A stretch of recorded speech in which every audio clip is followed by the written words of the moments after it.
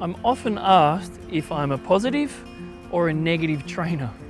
The answer to that question is neither.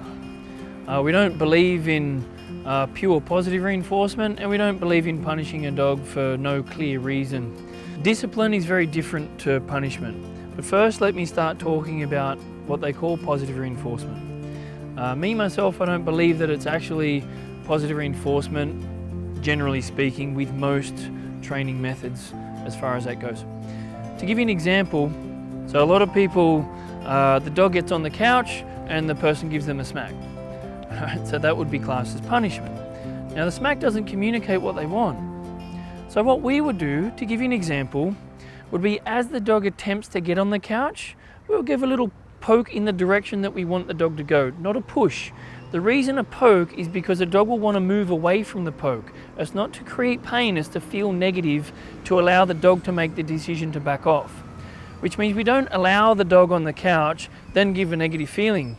Because the confusion there is you're allowing the dog on the couch. Now if you're allowing the dog on the couch, that's exactly what it says to the dog, you're allowed on.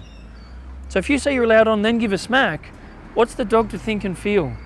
What kind of understanding are you creating? You're not creating understanding, you're creating confusion. And that's why people that do that, the dog keeps jumping back up onto the couch. Even if you smack them and they do get off, they keep getting back up. But what you'll find is if you disagree with intent, once is the normal amount of times that it would take to teach a dog to not get on the couch anymore. Some dogs that are a bit more persistent, they might not take you seriously, you might need 2, maybe 3 max. So if you're doing it really well, 1 or 2 and you'll be done, the dog won't jump up on the couch anymore.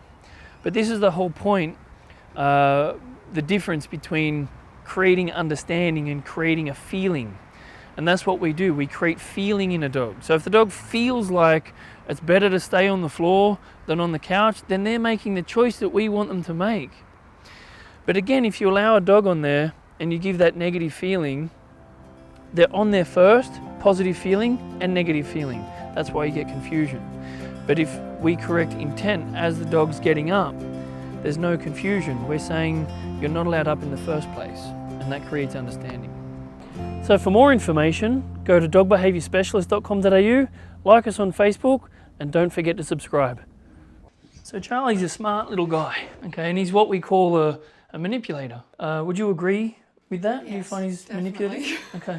That you can introduce the food to the dog, let the dog eat some, interact, give the dog affection at the same time, and that empowers the dog.